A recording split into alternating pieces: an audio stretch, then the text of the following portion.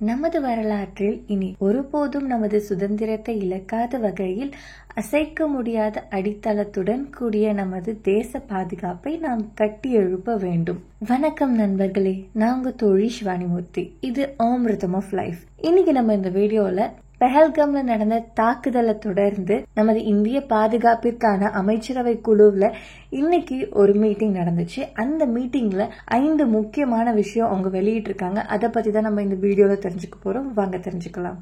22/4/2025 காஷ்மீர்ல உள்ள பெஹல்கம்ன்ற பகுதியில் நடந்த தீவிரவாத தாக்குதல்ல 25 இந்தியர்கள் மற்றும் ஒரு நேபாளி உயிரிழந்திருக்காங்க. மேலும் 40க்கும் அதிகமான நபர்கள் காயப்பட்டு மருத்துவமனையில சிகிச்சைக்காக அனுமதிக்கப்பட்டு சிகிச்சை நடந்துட்டு வந்துட்டு இருக்கு. இந்த நிலையில கேபினெட் கமிட்டி ஆன் செக்யூரிட்டி, அதாவது பாதுகாப்பிற்கான அமைச்சரவை குழுவுல நடந்த ஒரு மீட்டிங்ல 5 முக்கியமான தகவல்களை வெளியிட்டு இருக்காங்க. அது என்னன்னு தெரிஞ்சுப்போம். முதலாவது, இண்டஸ் வாட்டர் ட்ரீட்டி. 1960ஆம் ஆண்டு சிந்து நதி நீர்நிலை திட்டம் கையெழுத்திடப்பட்டது. ஏறக்குறைய 4 பெரும் போர் நடந்தும் நிறுத்தாத இந்த நீர்நிலை திட்டத்தை இப்போ நம்ம இந்தியா தற்காலிகமாக இடைநீக்கம் செஞ்சிருக்காங்க.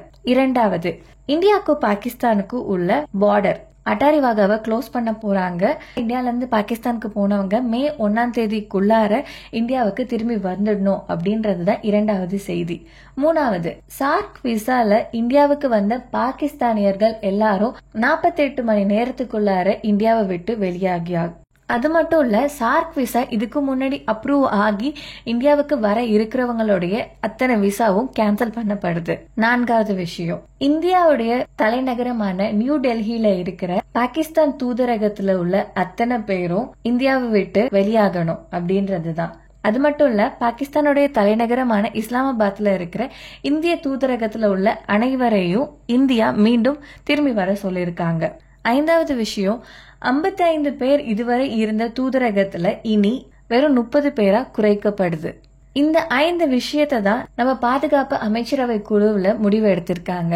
நான் உங்க தோழி சிவானிமூர்த்தி. இது அமிர்தம் ஆஃப் லைஃப். நன்றி, வணக்கம், வாழ்க வளமுடன், ஜெய்ஹந்த்.